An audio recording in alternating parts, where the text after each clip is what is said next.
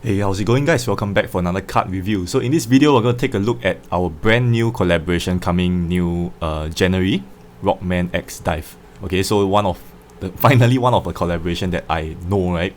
Because this is a pretty much an old game that I've played last time. Alright, so today we're going to look at the 5 non-jackpot cards of this collaboration series. Right, so starting off with Alia, which is a Fire Machina. Okay, so one thing I want to say is before I start this card review, Madhead, stop making Machina cards or collabs. We have too many, from Fullmetal Alchemist to Tengen Toppa. Stop, we have enough Machinas, okay? So let's continue with the first card, Alia, Fire Machina. So we have a CD6 active skill. Number 1, explode columns below Machinas in order to generate runestones of Machina attribute as well as hard runestones. So this will only be good if you have like a full Machina setup, so that can allow you to explode the whole board, which get rid of electrifying runes, partial frozen runes, and stuff like that. Okay, so after that, point number 2 is the one that is a slightly more useful active skill, which is ignite all enemy and change their attribute into fire for 3 rounds. Okay, so nowadays we have enemies that have high defense or damage reduced to 5% if enemy is not ignited. Alright, so ignite is a very rare active skill nowadays. It's still relatively rare, so it's still good to have a few cards choices, right? Especially Machina doesn't have ignite skill yet.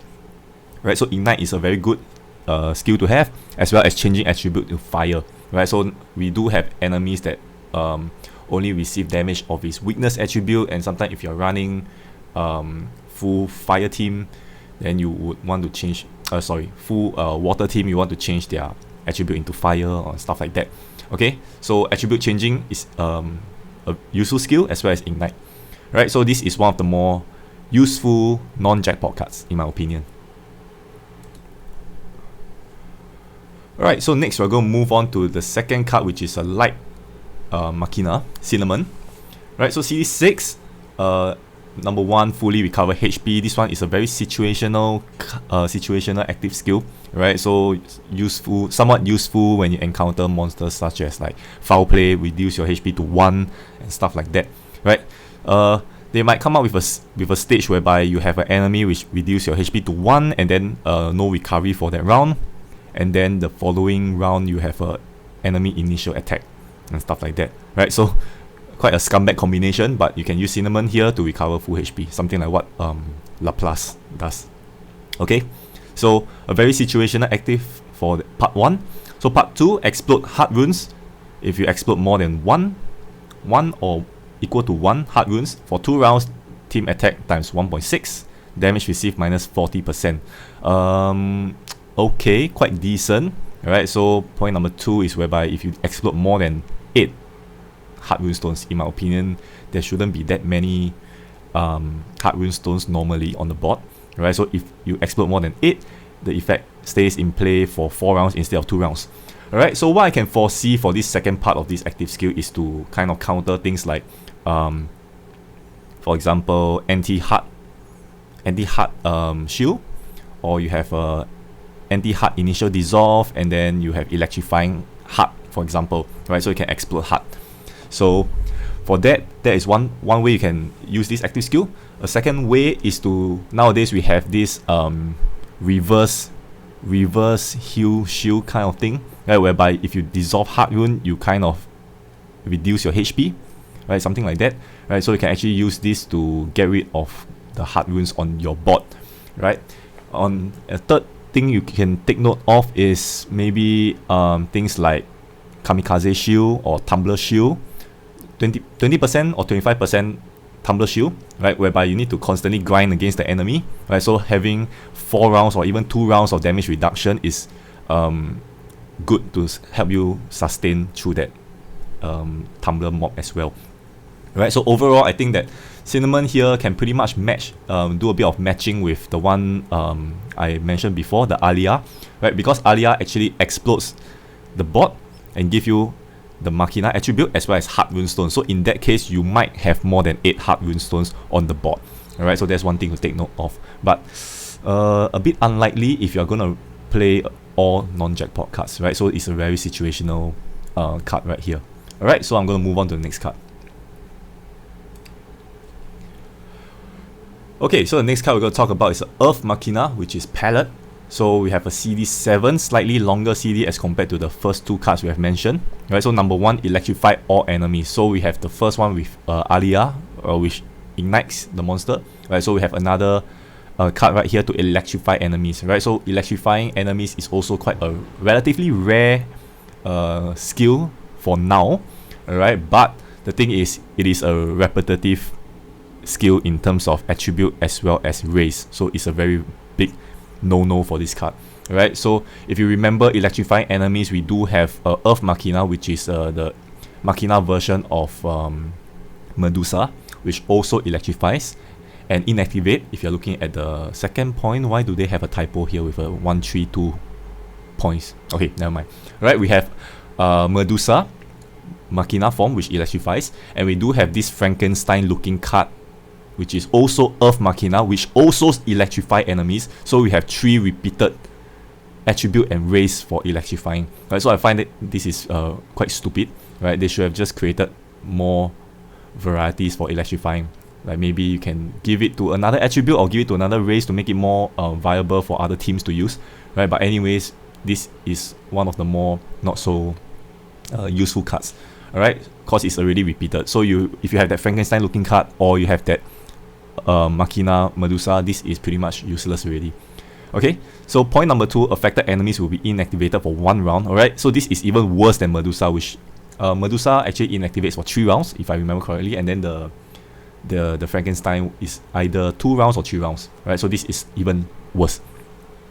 Right, so the last point, attack of affected enemies minus 50% for 2 rounds. So this is not found for the 2 cards that I've mentioned.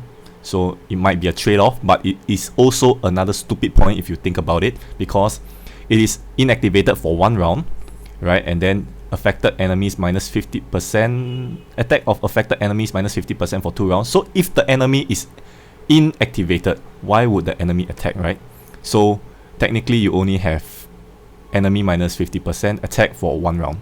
Okay, quite a stupid card in my opinion. Okay, so I'm just gonna move on. Alright, so next, another Fire Machina, which is Marino. CD5, very short CD, right? So point number 1, turn 3 runestones into fire, ranking Earth in priority. So this is not a hard to fire conversion, which is useful in some cases, right? But only 3 runestones. Okay, so before the end of the round, the skill can be reactivated once. So a bit like Yun from Konosuba, right? And then at the end of the round, the skill CD will be reset. Alright, so technically you can use this skill 2 times in the round. Okay, so for 1 round, character attack times 2. If there are 2 or more enemy present upon skill activation, character times 3 additionally. Okay, it's kind of like a mini jackpot, mini burst kind of situation, right? So a bit like the Daiguren card, which is King Kitan, right? Also have this character attack times something additionally, right? But being a non-jackpot card, chances of these cards right here, the stats, isn't very fantastic, right? So even if it's character attack times 2 and times 3 additionally, I don't think it's going to make a very big difference, right? Just going to put this out and let you guys brainstorm. Alright, so quite a weak card here in my opinion. Alright, so I would say not necessarily useful if you have a huge pool of cards already. And last but not least, we have Axel, which is at CD5 as well, like Machina. So we have quite a lot of repeated attributes already, right? We are missing water as well as dark. Okay, so I believe one of the jackpot will be water because we have a Mega Man or Rockman, which is water probably. Yeah, probably water attribute, right? So we have CD5 here, explode 10 random runestones not adjacent to each other, including frozen and petrified runestones to generate light. Okay, so one big problem about this active skill is this 10 random runestones is really random, right? Not adjacent to each other. So although it includes frozen and petrified runestones, it doesn't necessarily have to target those runestones, right? So the chances of it still remaining on the board is still there. So it is quite, it's a neither here nor there kind of active skill, right? So if you want to explode frozen runes or petrified runes, you just explode it. You don't do it randomly, right? We have enough RNG in the game already. So that's point number 1. So I'm just going to move on. So for 1 round, character fuel, if character fuel is 100% upon skill activation, light runes can actually be aligned 2 or more of them, right? So it's a 2 dissolve for light runes. Quite okay, really depends on the team, right? So nowadays we don't really have a lot of light machina leaders, right? One of the leaders that is kind of falling out of meta already is the Lin and Ren from Hatsune Miku series. So even though they are light machinas, Exo doesn't really fit into the picture for them, because 2 dissolve don't really work for them, because you really have to align that 1 rule of 6, right, for that Lin Ren multiplier. So it's in a very awkward situation for now, but let's see whether the jackpot card is going to help Exo, or like the future joint operations, guild events, and ultimate stages cards that's going to pair well with Exo for the Rockman X Dive series. Alright, so that's all for today's card review. We have reviewed all the 5 non-jackpot cards, right? So let me know in the comments down below which one do you think will be the more useful jackpot cards, non-jackpot cards, and which one is bound to appear the most often when you're going to draw. Right, there's definitely this one non-jackpot card that keeps popping out. Right, so that's going to be the end of the card review. I'll see you guys in the next video. Bye bye.